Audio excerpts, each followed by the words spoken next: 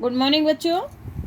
कक्षा 12 के सभी छात्राएं ध्यान दें कि मैं आपकी विषयाध्यापिका श्रीमती मंजू गुप्ता आपको आपके हिंदी के काव्यखंड का गीत महादेव वर्मा द्वारा रचित गीत पढ़ा रही हूँ, जिसको दीप शिखा से लिया गया है। मैंने कल उसके 2 पैरा कल परसों में 2 पैरा पढ़ा दिए थे। आज मैं तीसरा पैरा पढ़ाने जा रही हूँ, जिसे आप ध्यान से सुने, समझें, उससे प्रश्न से जो पूछे जाएं उसके उत्तर दें।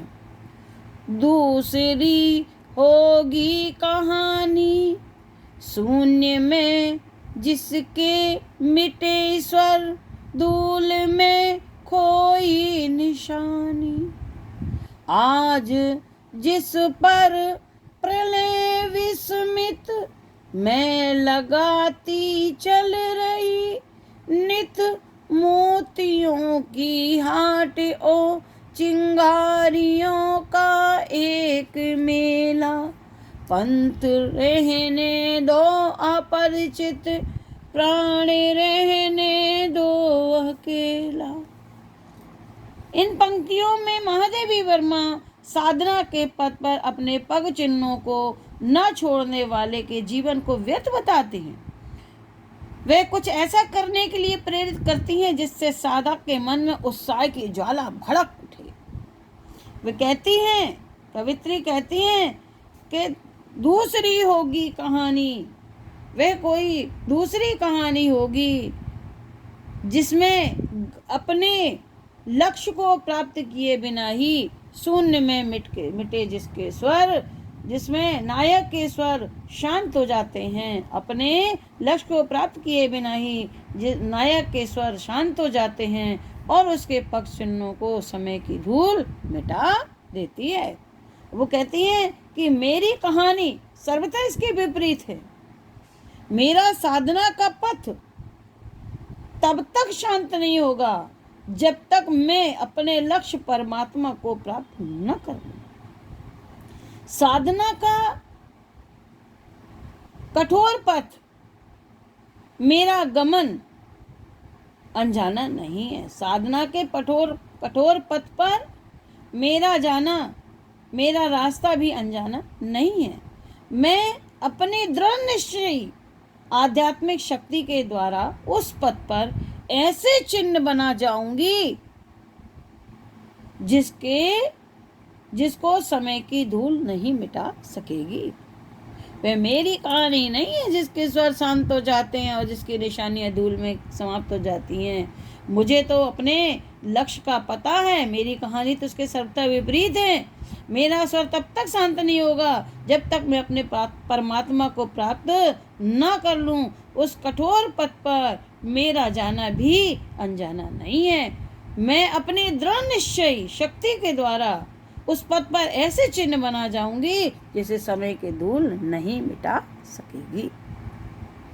आगे देखें, आज जिस पर प्रलय विस्मित मैं लगाती चल रही, नित, ये अंडरलाइन है, मोतियों की हाट और चिंगारियों का एक मेला। आज जिस पर प्रलय विस्मित मेरे प्रियतम परमात्मा पर मर मिटने के मेरे दृढ़ निश्चय को देखकर आज प्रलय भी आश्चर्यचकित है। विस्मित माने आश्चर्यचकित हो रही है कि साधक को अपने पथ पर विचलित करना संभव नहीं है। इसलिए प्रलय भी आश्चर्यचकित हो रही है। मैं लगाती चल रही, नित मोतियों की हाट और चिंगारियों का एक मेला। महादेवी वर्मा जी कहती हैं, मैं अपने उस प्रीतम को प्राप्त करने के लिए अपने आंसू रूपी मोतियों, किसके?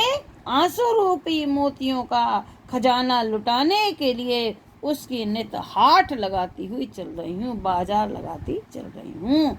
मेरे आंसू रूपी मोतियों की उस चमक, मेरे आंसू रूपी मोतियों के उस मेले की चमक, मोतियों की हाट और चिंगारियों का एक मेला। मेरे उस जो मैं मोतियों की हाट लगाती हुई चल रही हूँ, मेरे उस मोतियों के उस मेले की चमक दूर साधकों के मन में मेरे दृढ़ निश्चय की चिंगारियों को भड़का देगी, जिससे वे भी बिना विचलित हुए साधना के मार्ग पर आगे बढ़ें, अग्रसर हों, आगे बढ़ें और अपने गंतव्य की सफलता को प्राप्त कर सकें। फिर से देखें, मैं लगाती चल रही नित मोतियों की हाट और चिंगारियों का एक मेला। इसको कैसे लिखेंगे? महादेवी जी कहती हैं, मैं अपने उस परमात्मा को, क्योंकि मेरा उनका प्रियतम कौन है? परमात्मा। मैं अपने उस प्रियतम परमात्मा को प्राप्त करने के लिए अपने आंसू रूपी मोतियों का खजाना लुटाने के लिए उसकी हाट लगाती चल रही हूँ, उसका मेला लगाती चल रही हूँ। और आगे कहती हैं कि चिंगारियों का एक मेला, मेरे आंसू रूपी मोतियों के उस मेले की चमक दूर साधकों के मन में दृढ़ निश्चय की चिंगारियों को भड़का देगी, जिससे वे भी बिना विचलित हुए साधना के मार्ग पर अग्रसर हों, आगे बढ़ें और अपने लक्ष्य को सरलता से प्राप्त कर सके। ठीक है, इसीलिए मैं अपने मोतियों की हाट लगाती हुई, आंसू रूपी मोतियों की हाट लगाती हुई चल रही हूँ कि जिससे कि उस मेले की चमक दूर साधकों को मेरे मन के दृढ़ निश्चय की चिंगारियां भड़का सके। साधकों के मन में, मेरे मन में जो दृढ़ निश्चय है उसकी चिंगारियों को भड़का देगी, जिससे वे भी मुझे देखकर बिना विचलित हुए अपने साधना के मार्ग पर अग्रसर होंगे और अपने लक्ष्य को सरलता से प्राप्त कर लेंगे। बच्चों, ये पैरा आपको समझ गया होगा, आगे थोड़ा कठिन है, इसको आप बार बार पढ़ेंगे तो अपने आप आपको इसको समझ में आ जाएगा। कुछ इसके प्रश्न हैं जो बन रहे हैं, मैं वो आपको बता रही हूँ, जिससे आप ध्यान से देखें, सुने और मैं समझा रही हूँ। एक एक प्रश्न के उत्तर समझा देती हूँ, जिसको आप सुन करके लिख लें। पहला प्रश्न है, पद्यांश के पाठ और कवित्री का नाम लिखिए। तो पाठ का नाम लिखा ही है, गीत नंबर 2 दीप शिखा से, और कवित्री है महादेवी वर्मा। दूसरा है रेखांकित अंश की व्याख्या। मैं आपको रेखांकित अंश की व्याख्या 2 बार समझा चुकी हूँ। ठीक है, फिर से मैं समझा देती हूँ। रेखांकित अंश की व्याख्या, महादेवी वर्मा जी कहते हैं, मैं अपने उस परमात्मा रूपी प्रेतम को प्राप्त करने के लिए अपने आंसू रूपी मोतियों का खजाना लुटाती हुई उसकी हाट लगाती हुई चल रही हूँ, और मेरे उस आंसू रूपी मोतियों की चमक उस मेले में दूर साधकों के मनों में मेरे दृढ़ निश्चय को भड़का देगी। चमक मेरे दृढ़ निश्चय की चिंगारियों को भड़का देगी, मेरे मन में जो दृढ़ निश्चय की चिंगारियां हैं उसको भड़का देगी, जिससे वे भी बिना विचलित हुए अपने साधना के पथ पर आगे बढ़ें और अपने लक्ष्य को सरलता से प्राप्त कर लें। तीसरा प्रश्न है, प्रस्तुत पद्यांश में महादेवी वर्मा किस बात के लिए प्रेरित कर रही हैं? वही उत्तर है।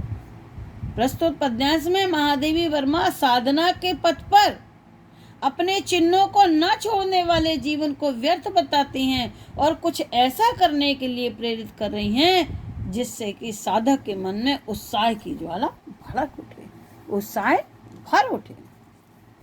चौथा प्रश्न है, कवित्री का साधना स्वर कब तक शांत नहीं होगा? उत्तर है, कवित्री का साधना पथ तब तक शांत नहीं होगा जब तक वे अपने गंतव्य परमात्मा को प्राप्त ना कर लें।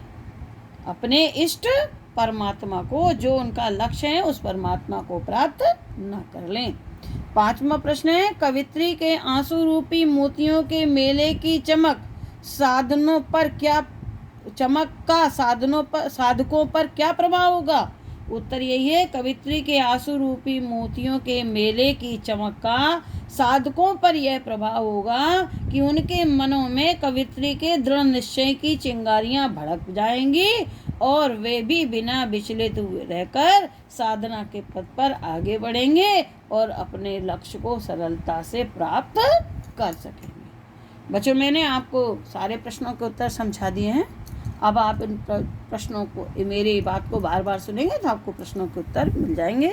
आगे कल पढ़ाऊंगी। Thank you.